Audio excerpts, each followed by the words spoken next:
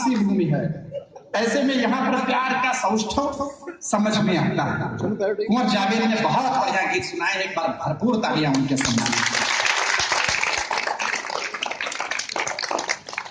अब केवल 15-20 मिनट, 3 नाम शेष, और 3 नाम जो शेष वे बड़े विशेष।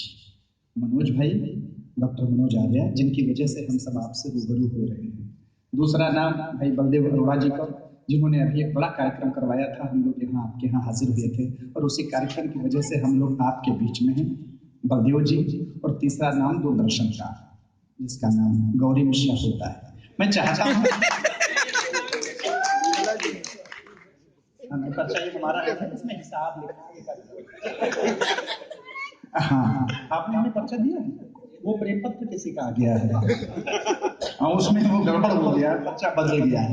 तो दोस्तों आइए, आप लोगों के बीच के एक बहुत बढ़िया नाम है, जो कविता की परिभाषा हमारे बीच में रखते हैं।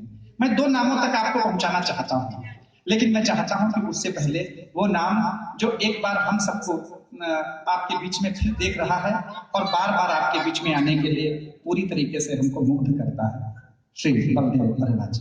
बलदेव जी के दोनों बेटे यहाँ पर उपस्थित हैं, रजत और शिवम।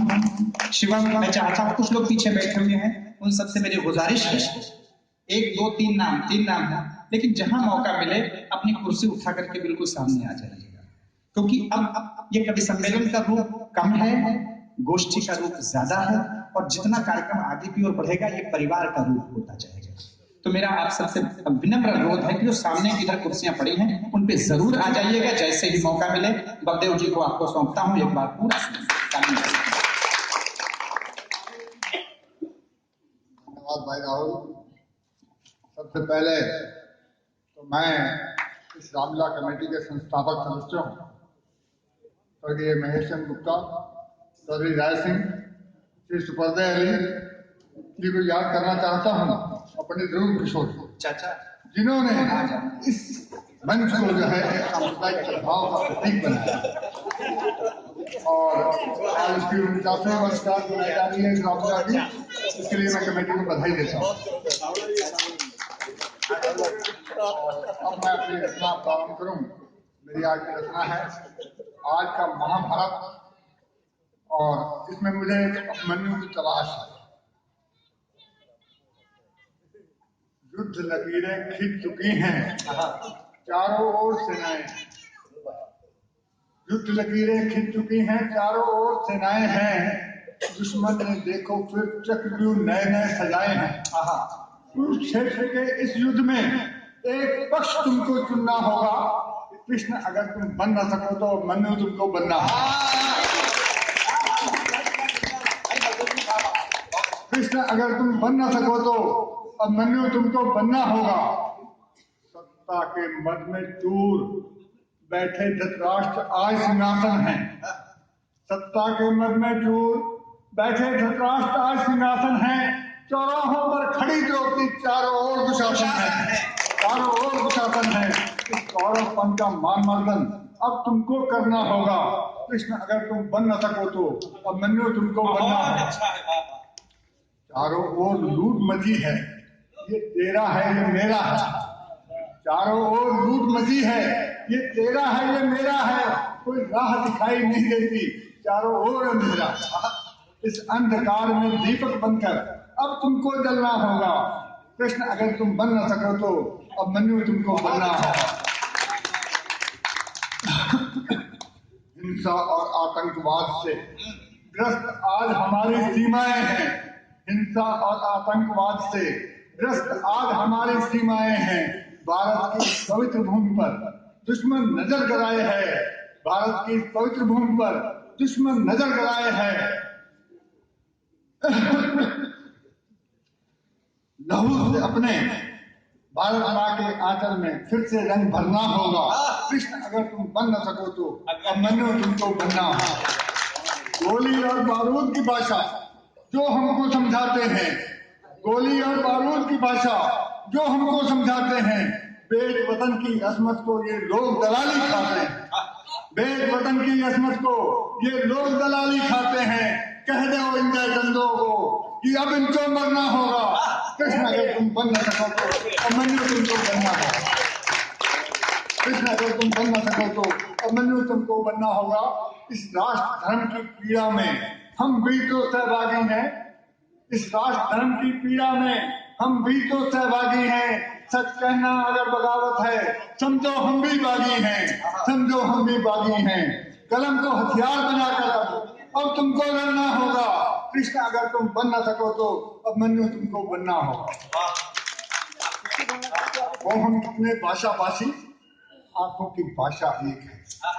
वो हम कितने भाषाभाषी, आंखों की भाषा एक है। वो हम किसी काम के वासी, पीड़ा की परिभाषा एक है। इस पीड़ा का सर अब तुमको बनना होगा। कृष्ण अगर तुम बन न सको तो अभिमन्यु तुमको बनना होगा। और अंतिम पंक्तियां, शांत प्रेम की, गंगा जमनी संस्कृति की तहजीब उठे, गंगा जमनी संस्कृति की आवाज उठे अब मंदिर और गुरुद्वारों से। गंगा जमनी संस्कृति की आवाज उठे अब मंदिर और गुरुद्वारों से। शांत प्रेम की बात आए अब मस्जिद की मीनारों से। दे करके बलिदान अपना हमें इतिहास नया सृजन करना होगा। कृष्ण अगर तुम बन न सको तो अभिमन्यु तुमको बनना होगा।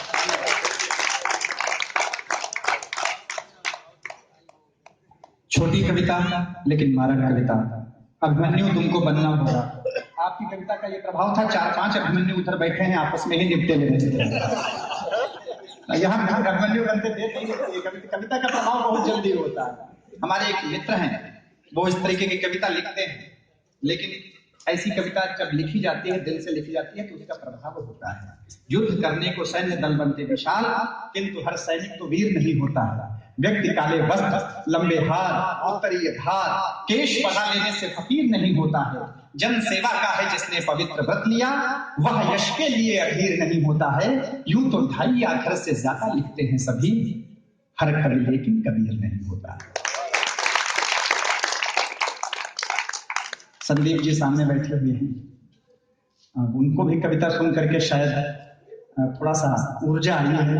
अभिमन्यु बनने की स्थिति में वो है, मुझे लग रहा है, लेकिन नहीं। नींद की जब खुमारी आती है और जब व्यक्ति लगातार चल रहा हो, तो मुझे लगता है कि इस प्रकार का असर होता है। लेकिन कुर्सियों से गीले पन्ने वो नींद कम की है। उधर के कुछ मेरे मित्र हैं, यदि उनका वश चले उनका, तो 2-4 कुर्सियां इधर आगे की ओर ले ले। बेटा आ जाओ, कुर्सी लेकर के आगे की ओर आ जाना। आ जाओ आ जाओ आ जाओ आ जाओ। बहुत बहुत विनम्रता के साथ। ढेर सारे लोग हमारे बीच में उपस्थित हैं। आप भी आगे ले लो भैया। हाँ, आप लोग भी आ जाओ प्लीज प्लीज। थोड़ा सा सहयोग कर दीजिएगा।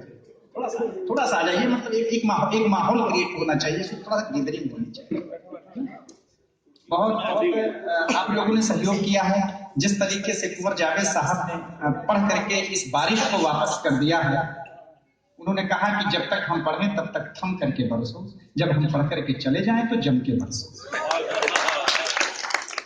कविता ऐसी ही होनी चाहिए। मंच पर गौरी मिश्रा उपस्थित है। काका पीछे कुछ ओ कर रहा है। अब मुझे ये ओ तो समझ में नहीं आ रहा है कि कौन वाला ओ है। ये ओ वाला है कि वो ओ वाला ओ है।